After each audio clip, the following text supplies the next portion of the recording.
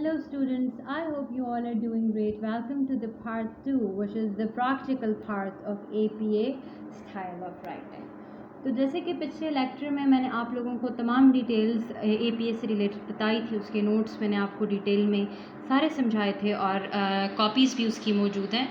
इसी तरह आज मैं आपको उसकी कुछ टेक्निकलिटीज़ प्रैक्टिकली करके बताना चाह रही हूँ ताकि आपको पता चले कि अगर MS वर्ड में जैसे कि बेसिकली पेज सेटअप कैसे करना है, रेफरेंसिंग का पोर्शन जो है उसको कैसे जनरेट करना है, टाइटल पेज कैसे बनाना है, ये कुछ कॉमन चीज़ें हैं जिसको कुछ ऐसे एरर्स की वजह से या बेसिक नॉलेज ना होने की वजह से गलतियाँ हो जाती हैं, उसको सेट करने के लिए मैं आज ये प्रैक्टिकल वीडियो बना रही हूँ। तो सबसे पहले आपके पास MS वर्ड होना चाहिए, चाहे वो आपके लैपटॉप में है, चाहे वो आपके मोबाइल में, पाम टॉप, किसी चीज़ में भी है।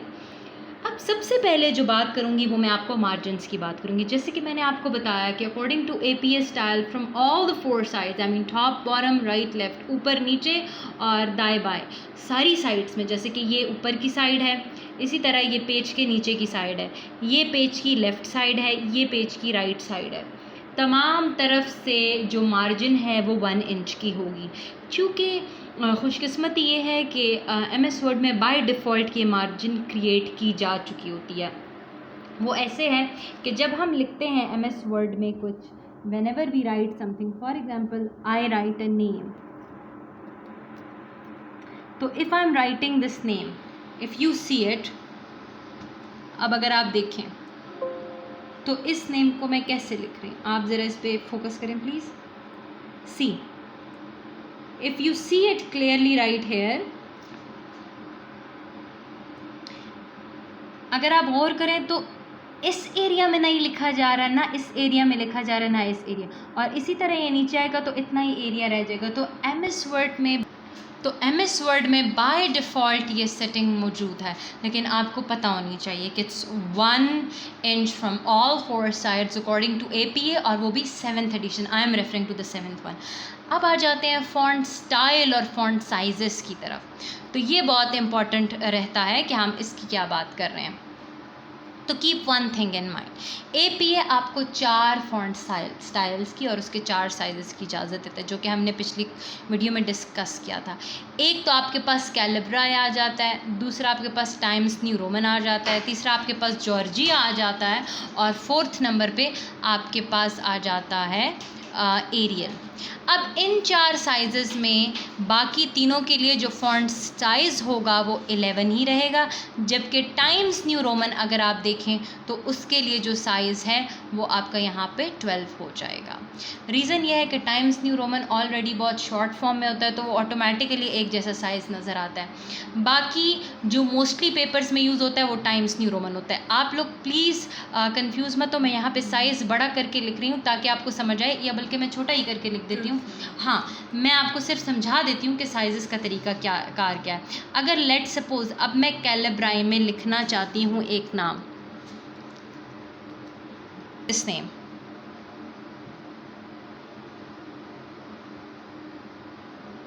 लेट सपोज मैंने स्क्रीन बड़ी कर दी है, let suppose if it's this name.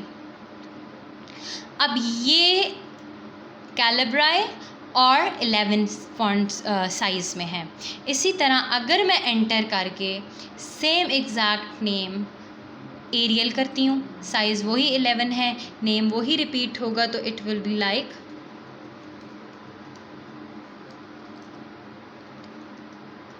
Sorry ये कैप्स लॉक रह गया।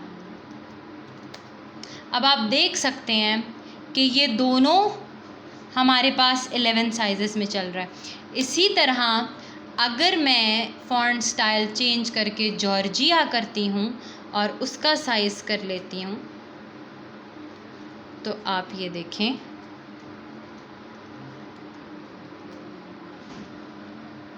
कि ऑलमोस्ट कोई डिफरेंस नहीं आ रहा, जो थोड़ा बहुत आ रहा है वो सिर्फ स्टाइल के चेंज होने की वजह से आ रहा है। लेकिन अगर मैं यहाँ पे टाइम्स न्यू रोमन क्लिक करती हूँ और यहाँ से साइज़ 12 कर देती हूँ, तो अब आप देखें कि आपको कोई ख़ासा फ़र्क नहीं नज़र आएगा। If you focus on all these 4 तो आपको अच्छी तरह पता चलेगा कि why Times New Roman is in 12, because बाकी सब 11 है और ये 12 है, तो कोई ख़ास फ़र्क नहीं आया, बस इसके पीछे यही लॉजिक था। ये सिर्फ एक छोटा सा प्रैक्टिकल मैं आपको दिखाना चाह रही थी।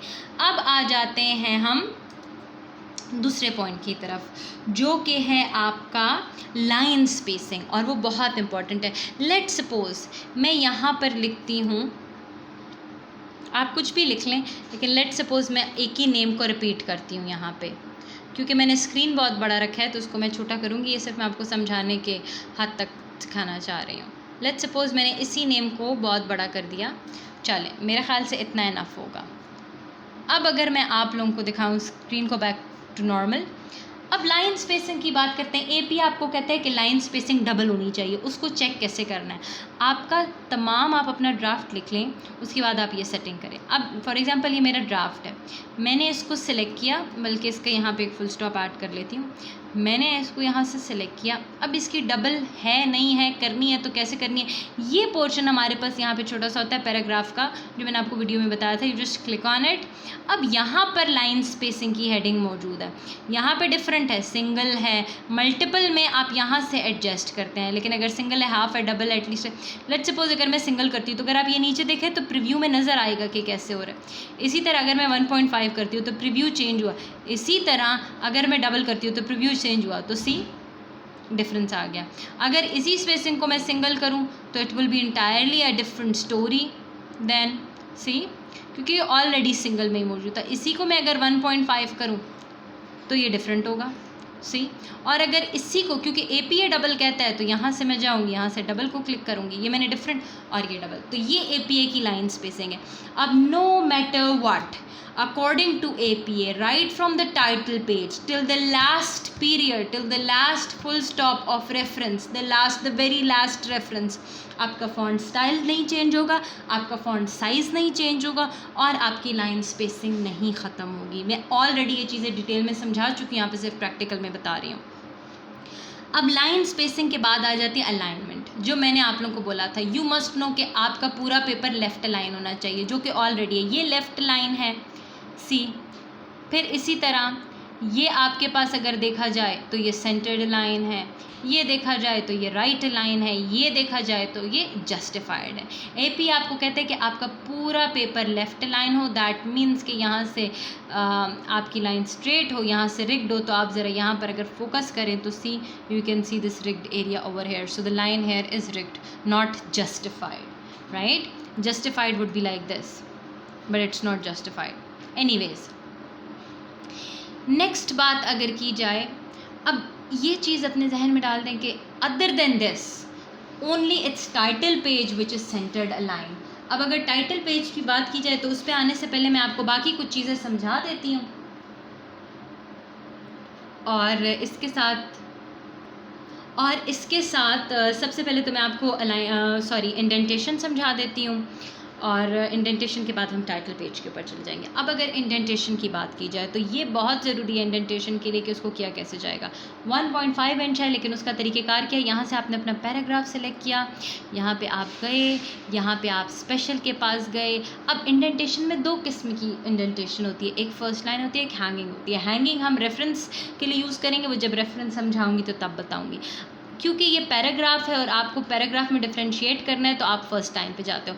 यहाँ पे बाय डिफ़ॉल्ट 0.5 इंच लिखे, अगर नहीं है तो आप ख़ुद बना सकते हैं। देखें ये चेंज हो रहा है, आप नीचे अगर प्रीव्यू में देखें तो वहाँ पे, तो चूँकि एपीए है, मैं यहाँ पे चेंज इसलिए करी थी कि मैं आपको बताऊँ कि अगर आपके कंप्यूटर में यहाँ पे चेंज है तो इसको 0.5 पे लाना ज़रूरी है। और यहाँ से फर्स्ट लाइन आप क्लिक करेंगे, और अगर आप डिफ़ॉल्ट में देखें, अगर आप सेट एज डिफ़ॉल्ट इसको कर लें तो ऑटोमेटिकली आपके सारे पैराग्राफ्स जो हैं वो एपीए के मुताबिक हो जाएंगे। और इसको मैंने यहाँ से ओके किया, एंड ऑटोमेटिकली आप देखें कि ये पैराग्राफ 0.5 इंच। तो बराए मेहरबानी वो स्टूडेंट्स जो स्पेस बार मार के 5 इंच की स्पेस, तो बेटा ऐसे 0.5 इंच की बनाते हैं तो ऐसे नहीं बनता, उसका तरीक़ेकार ये होता है। ये तो अब आओगी आपके पास फर्स्ट लाइन इंडेंटेशन। अब आ जाते हैं एक और इम्पॉर्टेंट टॉपिक पे कि मैम पेज नंबर कैसे लगाना है, नंबरिंग कैसे करनी है, और हेडर में कैसे आता है। उसके लिए यहाँ से आप लेआउट में जाएंगे, sorry not layout, it is insert. Yes, आप यहाँ से इंसर्ट में जाएंगे, यहाँ पे आपके पास एक ऑप्शन है पेज नंबर का, आप उसको यहाँ से क्लिक करेंगे। अब आपको टॉप ऑफ द पेज पर करना है। तो यहाँ पर चूँकि मेरा ऑटोमेटिकली 1 2 3 पे मैंने अपने लैपटॉप को सेट किया, लेकिन मैं आपको ये भी बता दूँ कि अगर आप फॉर्मेट करना चाहते हैं तो आपको यहाँ पर मौजूद होना चाहिए कि आपके पेज की पोजीशंस या पेज मार्जिन्स या उसको फॉर्मेट कैसे करें। तो वो आप इन जगहों में आकर उसको चेंज कर सकते हैं। लेट सपोज मैं इसको क्लिक करती हूँ तो यहाँ पे आपके पास नंबर फॉर्मेट, तो आपको जिस फॉर्मेट में भी चाहिए, क्योंकि एपीए में 1 2 3 चाहिए तो मैंने क्लिक। आप कंटिन्यू फ्रॉम विच सेक्शन, इसकी आपको फ़िलहाल किसी चीज़ की ज़रूरत नहीं है। अगर आप चाहते हैं कि कुछ पेज आपके रोमन नंबर में हो, कुछ 1 2 3 में जाए, वो तब इधर से सेटिंग होती है।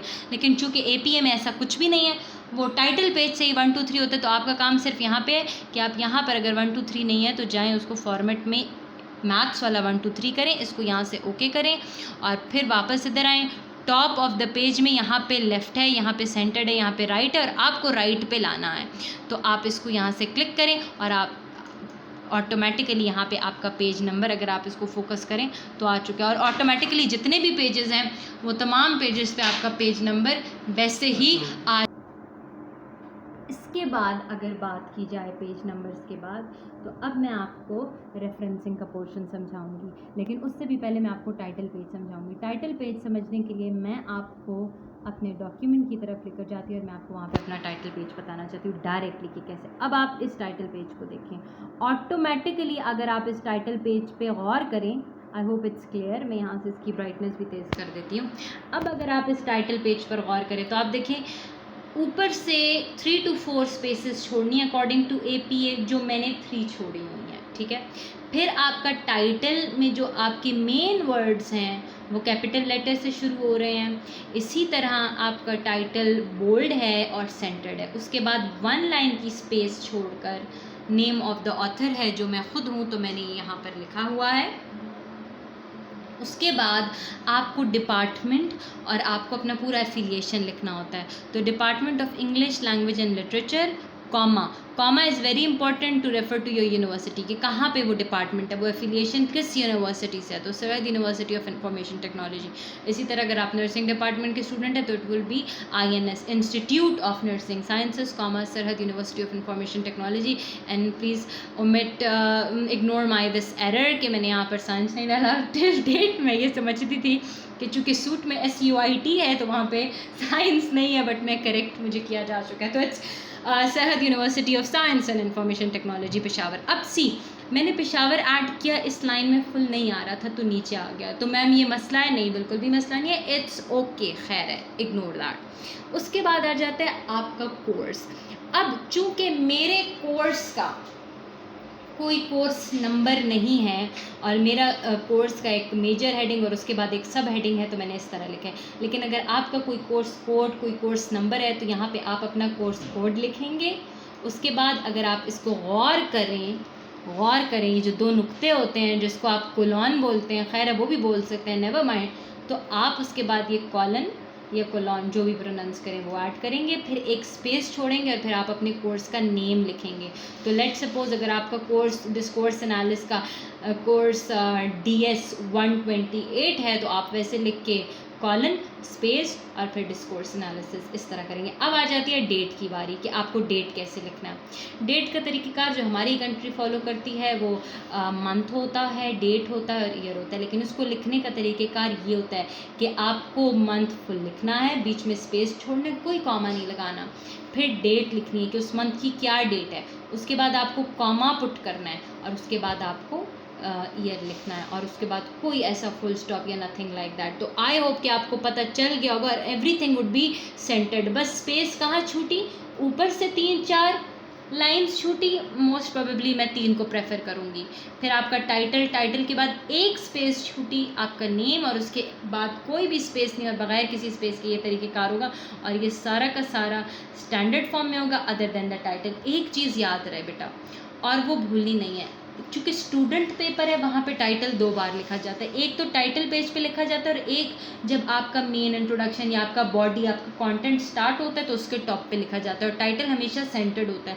बट आपने टाइटल को इस बात से कंफ्यूज नहीं करना कि आपका टाइटल आपकी मेन हेडिंग फर्स्ट हेडिंग है। टाइटल आपकी फर्स्ट हेडिंग कभी भी नहीं होती, title is just a title. जैसे मैंने इस पेज पर टाइटल को दोबारा रिपीट किया है ऐसे करके। अब आ जाते हैं आपके रेफरेंस पोर्शन पे। तो रेफरेंस पोर्शन में पहुंचने के लिए हम यहाँ पे आ गए। अब always remember one thing, references में आपको आपका जो न्यू पेज से स्टार्ट होना चाहिए क्योंकि न्यू चैप्टर है, रेफरेंसेस सेंटर्ड होने चाहिए, बोल्ड होना चाहिए। अब आ जाते हैं कि रेफरेंसेस, तो ना 1 2 3 यूज़ करना है ऊपर से, ना आपने मतलब कोई भी ऐसे बुलेट्स या 1 2 3 या कुछ भी बुलेट पॉइंट्स नहीं। आपकी हैंगिंग इंडेंटेशन ये चीज़ जस्टिफाई कर देती है कि रेफरेंस आपका कौन सा अलग है। जैसे कि अब यहाँ पे आप देख सकते हैं, तो हैंगिंग इंडेंटेशन की वजह से, हैंगिंग इंडेंटेशन मैंने समझाया था आपको कि फर्स्ट लाइन फुल होती है और बाकी सारी लाइन उसकी इंडेंट होती है 0.5 इंच। तो देखें 1 2 3 4 5 6, यहाँ से आपको अच्छी तरह समझ आ रही है कि दिस इज़ हैंगिंग इंडेंटेशन। अब इसको करने का तरीक़ेकार क्या, ये तो ऑलरेडी हैंगिंग में, बट फॉर एग्ज़ाम्पल मैं यहाँ से ये देखें, फॉर एग्ज़ाम्पल आपको अगर प्रॉपर जनरेट करने के, मेरे तो ऑलरेडी सेट वर्जन में, लेकिन इसको तरीक़ेकार क्या होता है कि आपको यहाँ से क्लिक करना होता है, सारे रेफरेंसेस चाहे जिस फॉर्मेट में भी लिखें, वही पैराग्राफ में जाएंगे, वहीं पे आप इंडेंटेशन की तरफ, ये इंडेंटेशन है आपके पास, लेकिन आपको यहाँ पे लेफ़्ट राइट की ज़रूरत ही नहीं है। आप स्पेशल में जाएं और आप उसमें हैंगिंग क्लिक करें, यहाँ पे ऑटोमेटिकली 0.5 इंच है, नहीं है तो आप ऐड कर लें और आप यहाँ से ओके करें, वो ऑटोमेटिकली होगा। अब आपको मैंने कहा कि रेफरेंसेस अल्फ़ाबेटिकल ऑर्डर में होने चाहिए। आप यहाँ पे ये A to Z देख रहे हैं, इसको प्लीज़ ज़रा जूम करें, यहाँ पे A to Z लिखा हुआ है, आप इसको क्लिक करेंगे और यहाँ पे आप देखेंगे आपके पैराग्राफ, आपका टेक्स्ट, और यहाँ पे असेंडिंग ऑर्डर पर क्लिक करेंगे। ऑलरेडी ये होता है, नहीं है तो आप क्लिक कर लें ताकि आपके असेंडिंग ऑर्डर, ओके, तो आपके रेफरेंसेस ऑटोमेटिकली असेंडिंग ऑर्डर में जनरेट हो जाएंगे। अब आपको मैं बताती हूँ कि आपको नेम कैसे क्रिएट करना है। तो नेम क्रिएट करने के लिए हम वापस जाएंगे एक और MS वर्ड की फाइल पर, राइट, कि आपको जब आप रेफरेंसेस करते हैं तो आपको उसके लिए नेम कैसे जनरेट करना होता है। मैंने आपको बोला कि अमेरिकन साइकोलॉजिकल एसोसिएशन के अकॉर्डिंगली लास्ट नेम पहले आता है, फिर कॉमा लगता है और फिर आपके फर्स्ट नेम के इनिशियल्स होते हैं। अगर मिडिल नेम है तो फिर मिडिल नेम का इनिशियल, फिर फर्स्ट का। आपको लास्ट से फर्स्ट की तरफ जाना होता है। तो let's suppose for example the name, so let's suppose the name is या लेट्स सपोज, चले मैं एक मेल नेम रखती हूँ क्योंकि मोस्टली ऐसे क्वेश्चंस मेरे पास आते हैं कि उसको कैसे करेंगे मैम। तो for example the name is Jawad and Ahmad. तो अभी आप यहाँ पर देखें कि let's suppose the name is Jawad Ahmad according to Pakistani style. अब इसको इन्वर्स क्या करेंगे, तो ये Ahmad is the last name, sorry Ahmad is the last name, मुझे नहीं पता ये ऐसे क्यों नहीं, but Ahmad is the last name and then Jawad is the first name. तो according to American psychological association आप अहमद लिखेंगे जब आप रेफरेंस जनरेट कर रहे होंगे उसके लिए, फिर आप एक कॉमा लगाएंगे, फिर आप स्पेस देंगे और फिर आप जवाद का जे ऐड करेंगे और फुल स्टॉप पीरियड। अगर लेट सपोज नेम होता आपके पास जवाद अहमद ख़ान या सैयद जवाद अहमद, तो अगर लेट सपोज नेम आपका सैयद जवाद अहमद है तो अहमद फिर आपके पास आ जाएगा जे डॉट, फिर आप छोड़ेंगे स्पेस और एस डॉट, तो Syed Jawad Ahmad would be Ahmad comma J dot S dot. ये इन्वर्सली चलेगा।